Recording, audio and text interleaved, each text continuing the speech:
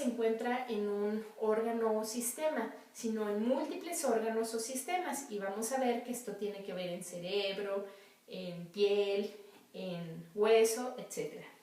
Entonces vamos a ir viendo esta parte. Miren, la vitamina C contribuye al sistema inmunológico innato y adaptativo. O sea que nuestras defensas dependen mucho tanto de la vitamina C, la D y la B12. Entonces es muy importante saber cómo andamos en esto, pues para evitar infecciones que no tengamos que tener, obviamente. Se acumula en las células fagocíticas como los neutrófilos, potencia la quimiotaxis. La quimiotaxis es cuando hay alguna infección, alguna herida o algún traumatismo y las células encargadas de repararlo y de defender al organismo tienen que acudir a ese sitio. Entonces, acuden a ese sitio por señales que envían las células que están siendo afectadas y este proceso se llama quimiotaxis. Entonces, imagínense que si nosotros no tenemos bien este sistema y nos cortamos, pues la cicatrización, obviamente de que aparte tiene que ver la vitamina C con la formación del colágeno, pues nuestra cicatrización no va a ser muy buena, nuestro mecanismo de defensa tampoco y muy probablemente podamos tener alguna infección.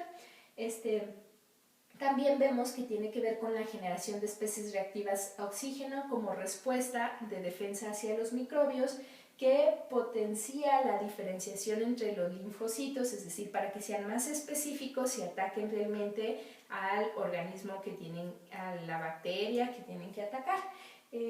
También la prevención de infecciones se da con dosis leves, prevención, pero es muy importante saber si yo tengo que prevenir, pero mis niveles son lo suficientemente buenos, y entonces la dosis que debo de tomar es en miligramos. Pero si mis niveles no son lo suficientemente buenos, es decir, yo no requiero prevenir, requiero, miren, aquí dice, cuando ya hay infección o inflamación, es decir, yo ya requiero reponer o compensar esto, ya no es por prevención, las dosis ya no son en miligramos, son en gramos. Y esto no es para que ustedes se lo autopasen, porque luego a veces sienten que la receta que le dieron a uno es la receta para todos. Pues claro que no. Estos no son recetas de cocina y se trata de una medicina precisa y personalizada. Entonces, esto depende del médico, él es quien debe decidir, porque luego a veces da la dosis que requiere el paciente porque tiene niveles de vitamina C súper bajos, que se considera como escorbuto moderno americano, y entonces no falta quien diga, es que a los niños se les debe dar gomitas en miligramos o no sé qué, o al revés, que le das miligramos a alguien porque realmente sus niveles están bien y solo estás dando algo preventivo y quieren darle dosis muy altas. Entonces es importante considerar esta parte. Bueno, entonces vemos que la vitamina C va a tener diversas funciones y tiene funciones incluso en la metilación del DNA. Esto se llama epigenética. Y la epigenética quiere decir cómo a través del ambiente se regulan mis genes, es decir, se encienden o se apagan genes. Hay genes que deben de estar apagados en determinado momento. Por ejemplo, en un niño, el encender genes de la pubertad es algo muy severo para el niño o la niña, porque inicia con una pubertad precoz que de no identificarse a tiempo, pues esto se va complicando. Por ejemplo, si en la niña ya le crecieron las mamas, pues ya no hay vuelta atrás, o sea, puedes frenar los demás eventos, pero realmente a nivel psicológico, pues sí le va a afectar. Entonces, es importante ver cómo el ambiente, pero de forma muy específica, puede regular nuestros genes. De tal forma, tenemos que la vitamina C tiene funciones epigenéticas y regula ciertos genes. Tiene otras funciones que nos va a permitir producir bien la serotonina, que cuando está baja pues da depresión, etc.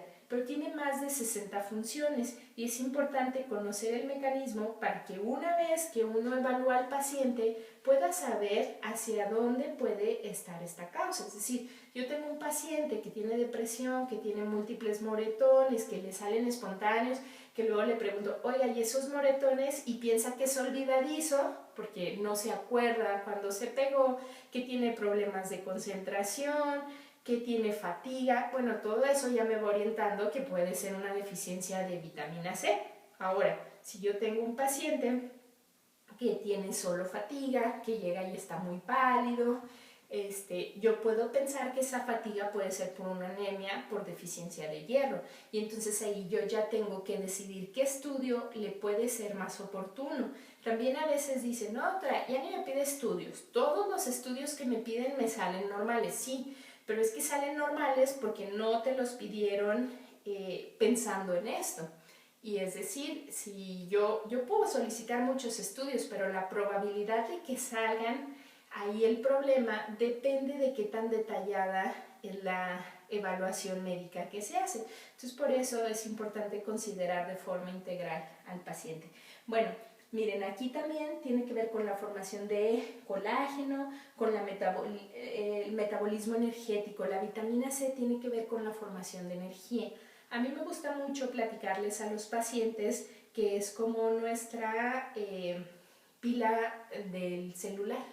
Y entonces a mí no me gustaría estar en el margen, en la rayita roja de que ya no queda casi nada de pila. O sea, realmente no, a mí me gustaría estar cercana o a la mitad, por lo menos, o cercana a lo máximo de energía, pues para poder tener mi máxima capacidad y que yo sea quien decida cómo regularla, no que sea que yo quiera aprender algo y me sienta fatigada y no pueda prestar atención para esto.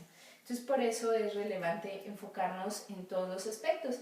A veces el paciente pues no te dice todos los aspectos porque él siente que trae solo un problema, solo se ha concentrado en eso, pero hay diferentes formas de evaluar si también trae otros problemas. Bueno, aquí la vitamina C tiene muchos efectos en la piel. Entonces, mejora la síntesis de colágeno, tiene alta concentración en piel y genera una protección contra rayos UV. Déjenme les digo que aparte de la piel, el lugar donde más se concentra, de hecho es el lugar donde más concentrada está la vitamina C es en el cerebro, no en la piel. Entonces, quiere decir que tiene funciones súper importantes en el cerebro y por eso muchas personas pueden ser mal diagnosticadas con hiperactividad, con problemas de concentración, etc. Y el problema está aquí. Bueno, también tiene efectos en el cartílago, efectos, como ya mencionamos, en el sistema inmunológico, en los neurotransmisores cerebrales, que estas son las sustancias que nos ayudan a que el cerebro funcione adecuadamente. Efectos en la energía, efectos epigenéticos que ya mencionábamos, efectos antioxidantes y hay algo muy importante a mencionar aquí que son los efectos epigenéticos intergeneracionales. De tal forma que se ha estudiado que cuando la mamá durante el embarazo tiene niveles bajos de vitamina C, hace que los telómeros, que es el extremo que está protegido de los cromosomas, que es donde van los genes, entonces que estos sean más pequeños y esto tiene que ver con la longevidad.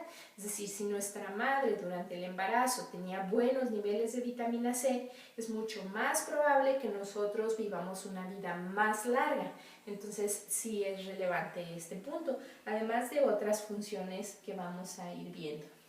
Entonces, vamos a ver aquí. Bueno, hay un artículo muy interesante que se llama Escorbuto Moderno Americano. Bueno, miren, antes de ver esa parte, lo que quiero que vean estas petequias, que son puntos rojos muy pequeños de sangrado, pero que no atraviesan la piel.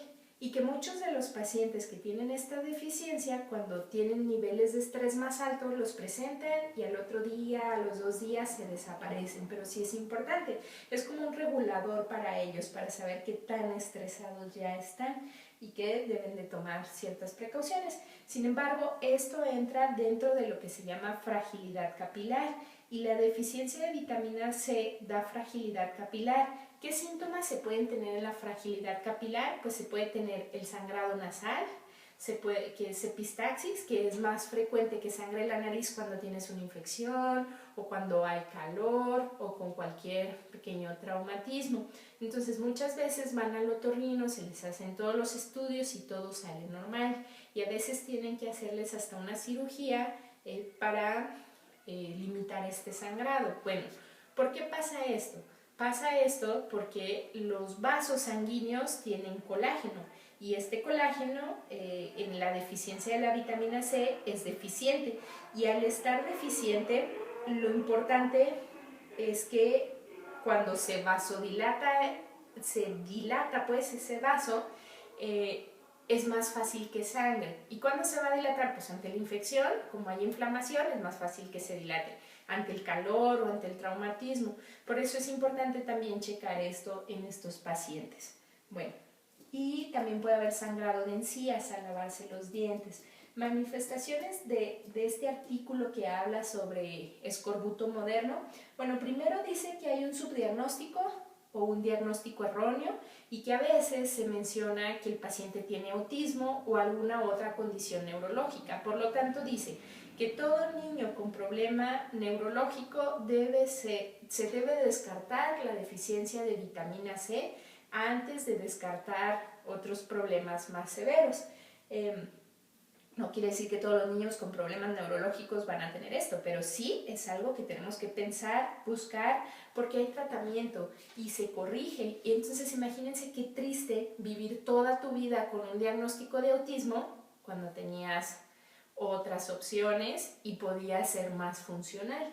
Entonces sí es importante esto. Bueno, dice síntomas, fíjense: fatiga, pérdida de apetito. La pérdida de apetito es muy importante porque luego van con el pediatra y solo les dan ciproheptadina para que le dé más hambre al niño.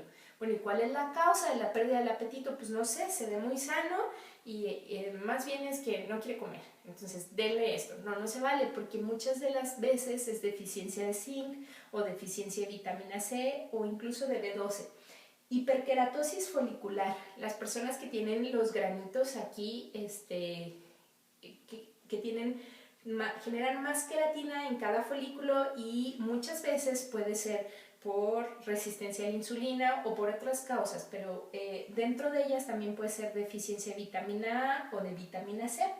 Las petequias, la fragilidad capilar, el dolor en los huesos. El dolor en los huesos tipo reuma tiene que ver con la deficiencia de vitamina C principalmente. Sin embargo, hay otro dolor, el dolor articular, que tiene que ver más con la deficiencia de vitamina D. Y pues si tenemos ambas combinadas, pues ya se imaginan que el dolor es bastante severo. De hecho, cuando uno es pequeño y lo llevan al médico, suele mencionar el médico que es dolor del crecimiento cuando no hayan una causa. Pero luego termina uno de crecer y te siguen doliendo los huesos y dices, bueno, o sea, ¿hacia dónde estoy creciendo o qué está pasando? Porque pues, o sea, esto ya no es muy normal. Y también se acostumbra uno a vivir con el dolor, entonces a veces le preguntas al paciente si tiene dolor y te dice que no, y entonces ya hacen las demás exploraciones y todo, y al paso del tiempo el paciente vuelve, conforme se va sintiendo mejor, vuelve a identificar dónde tenía el problema. Bueno, también dice que hay mayor riesgo en niños con transfusiones múltiples, en anemia de células falciformes, de talasemia, trastornos neurológicos con quimioterapia. Y en lo que yo les puedo platicar es en los pacientes con condiciones de hiperlaxitud, que son muy flexibles, es decir, que pueden, por ejemplo, si se fijan aquí el dedo si llega, que la piel se estira pues un poco más, dependiendo de las áreas, pero hay áreas en que creo que ahí no se estira tanto, pero hay áreas en que se estira mucho. Por ejemplo, a nivel del tórax es muy fácil estirar esa piel, etc. Hay muchos datos para evaluar la hiperlaxitud articular y la hiperextensibilidad de la piel, que son diferentes puntos, pero que suelen ir muy asociados a condiciones genéticas que generalmente no son malformativas. Bueno, en sí, allí viene la referencia bibliográfica. En este manual, en general, no puse todas las referencias bibliográficas, yo les hago llevar la bibliografía, pero esto es para evitar el plagio pues de la información. Toda la información está en los artículos, si tienen cualquier duda me preguntan, si no lo encuentran en los artículos yo ya les digo en qué artículo viene para que puedan acceder a ella. Todo esto no es que me